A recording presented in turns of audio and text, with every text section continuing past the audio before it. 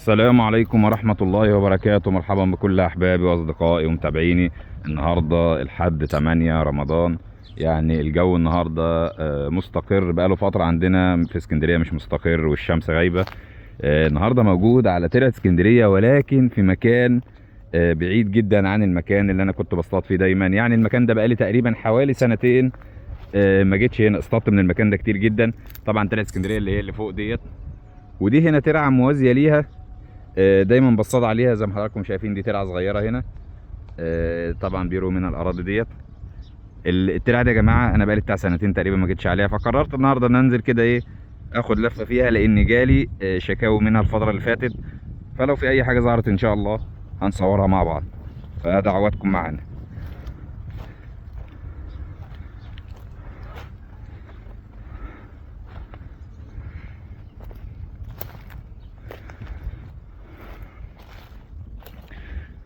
طبعا المنطقه دي يا جماعه بصوا الكبر بتبقى بتتشمس هنا كده، يعني على التحجير ده. هو هنا في تراب بس قدام التحجير باين، او بتتشمس هنا او بتتشمس على التحجير اللي تحت، لان دول 3 اجزاء وارد نلاقي الكبرى في اي مكان فيهم. يعني وارد نلاقي الكبرى بتتشمس على التحجير ده، وارد نلاقيها هنا في الوصله دي، وارد نلاقيها في الوصله اللي فوق.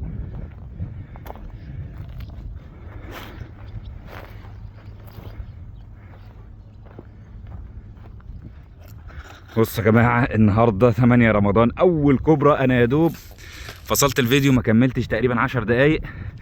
زي ما قلت لحضراتكم الكبر يا اما بتتشمس هنا يا اما بتتشمس هنا يا اما بتتشمس على الوصله دي. ودي اول كبرى معايا النهارده. انا من اول رمضان ما اصطدتش غير كبرى واحده، دي اول حاجه معايا النهارده. انا المكان ده يا جماعه بقالي سنتين ما جيتوش والله. فاول كبرى انا لقيتها بتتشمس، طبعا انا لمحتها وهي لسه بتحاول تجري.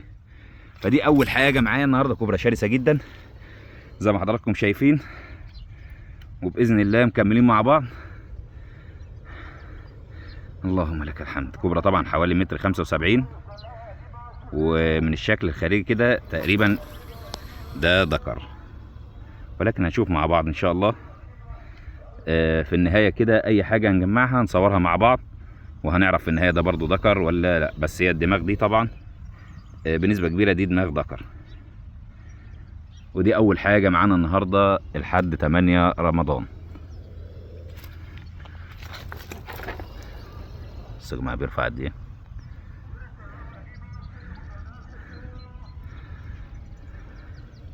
مكملين مع بعض ان شاء الله.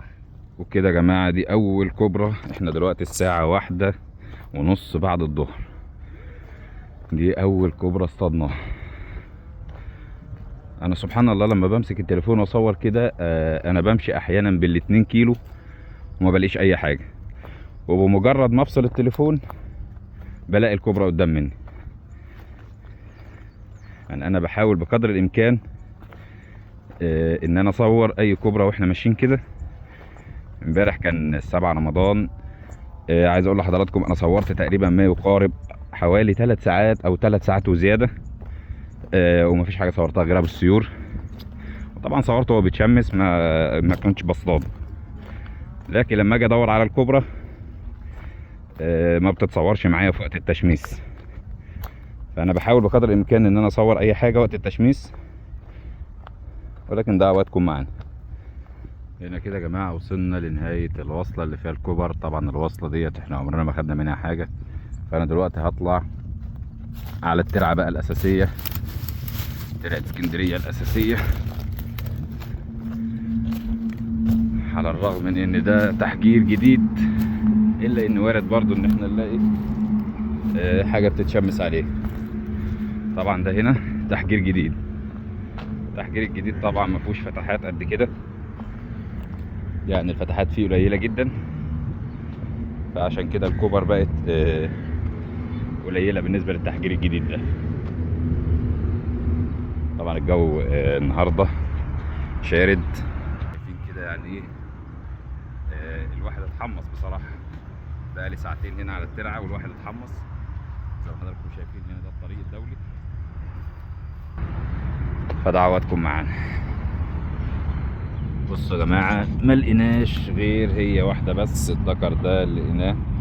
تعالوا مع بعض نشوفه كده ونشوفه هيطلع من الكيس. طبعا هنلاقي فيه طلقه زي ما حضراتكم شايفين طالعه من الكيس.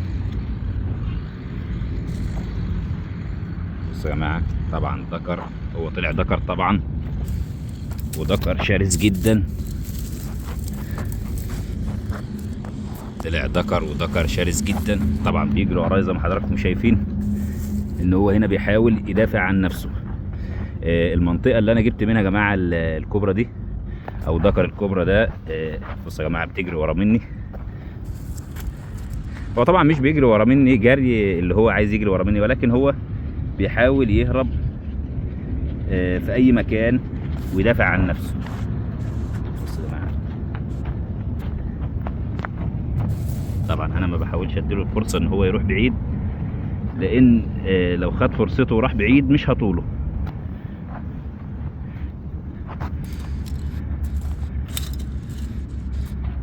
تعالوا بقى نثبته مع بعض عشان نشوف التشريعه بتاعته. طبعا التشريعه بتاعته يا جماعه من اجمل تشريعات الكبر. وطبعا زي ما حضراتكم شايفين دماغه، حجم دماغه كبير جدا.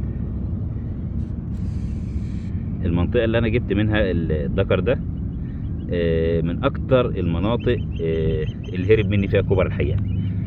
بصوا يا جماعه، بصوا التشريعه بتاعته قد ايه.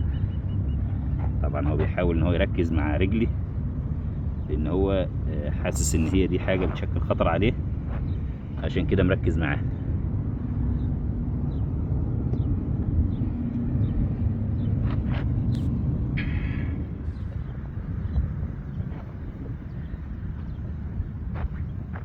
بصوا يا جماعه، من اكتر الحاجات اللي عجباني في الذكر ده السواد اللي تحت عينيه. بصوا من ناحيتين السواد، طبعا سواد واضح جدا. طبعا هي كده بتحاول ان هي تحذر. طبعا هنا الانياب واضح، الانياب من غير حتى ما انا ابينها باي حاجه.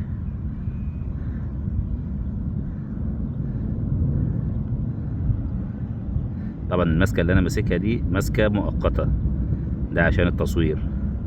دي ماسكه مؤقته عشان التصوير، لكن الماسكه دي يا جماعه بتبقى ماسكه مناسبه للكوبرا البخاخ، وبرده مع الكوبرا دي عادي مفيش اي مشكله منها، ولكن الامن ان احنا الصبع الكبير ده يبقى تحت الرقبه. بس مع حجم الكوبرا طبعا لقيتها حوالي 1.80 متر، وطبعا لقيته ذكر.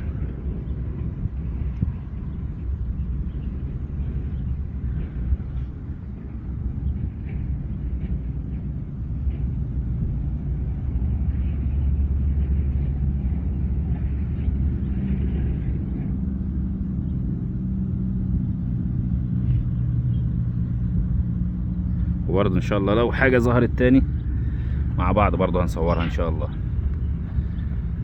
شايفين التشريعه بتاعته؟ طبعا تشريعته جميله جدا.